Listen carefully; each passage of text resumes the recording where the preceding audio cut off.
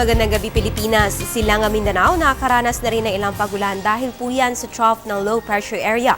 Ang low pressure area naman na ito ay nasa labas ng ating area of responsibility at tanging ang trough o ang extension nito ang nagdadala ng pagulan sa Eastern Mindanao, particular na dito sa mga rehiyon ng Caraga at Davao. Ayon naman sa Pag-asa, within 24 hours ay magdi-dissipate o malulusaw rin itong low pressure area, kaya naman wala tayong inaasahang bagyong mabubuo sa loob ng 24 oras. Samantala, diffuse na ang tail end of a cold front ang nakakaapekto ngayon dito sa may gitnang Luzon. Kapag sinabi pong diffuse tail end of a cold front, ibig sabihin makakaranas pa rin ng maulap na panahon na may ilang pagulan, pero not as much as kapag normal tail end ng frontal system ang umiral. So ganyan po ang mararanasan panahon dito sa ng Aurora at Quezon. Patuloy naman makakaranas ng isolated light rains ang northern regions ng Pilipinas tulad na naman dito sa Ilocos, Cordillera at Cagayan Valley. Habang ang Metro Manila at natitirang bahagi naman ay makakaranas naman ng bahagya hanggang sa maulap na kalangitan na may pulupulong pagulan o pagkidlat pagkulog. Samantala, narito naman ang inaasahang weather outlook para sa ikalawang linggo ng Disyembre.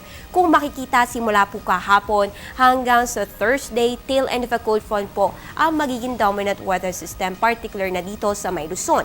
So asahan po ang partly cloudy pero usually cloudy skies na may ilang mga pag-ulan. Sa Visayas at Mindanao, fair weather po ang maasahan generally. Maging handa lamang sa possible thunderstorms in the afternoon or evening. Ayon pa sa Pag-asa, wala namang inaasahang bagyo ang mananalasa sa ating area of responsibility. At yan ang weekly weather outlook na Pag-asa para sa mga susunod na araw. Outlook lamang ito, kaya naman posible pang may mabago depende sa magiging takbo ng ating panahon. Kaya para maging una sa ulat panahon, i-check lamang ang Panahon TV Facebook at Twitter accounts. Sa iba pang usapan mga kababayan, magpapasko na naman, kaya sana'y makapagbahagi tayo ng kahit konting biyaya para sa ating mga kababayan sinalanta ni Bagyong Yolanda. Kung meron pa kayong maidodonate ng mga damit, pantrabaho, sapatos at mga bags para naman may magamit rin ang ating mga kababayan sa kanilang bagong simula.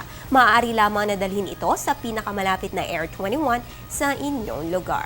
Samantala, ipinaalam rin natin sa lahat na magkakaroon po ng Oplan Trabaho sa December 15, linggo po yan sa may Quirino Grandstand, Rizal Park, Manila. Ito po ay isang job fair na idadaos para sa mga Yolanda survivors. Para sa karagdagang detalye, i-check lamang ang website na oplantrabaho.teleserve.ph. Para naman bukas, Martes, ika-10 ng Disyembre, sisikat ang araw 10 minutong makalipas ang alas 6 at lulubog naman 5:27 ng hapon. At yan ang pinakahuling balita mula dito sa Pag-asa DOST. Ako po ang inyong weather girl April Enerio para sa Telebisyon ng Bayan.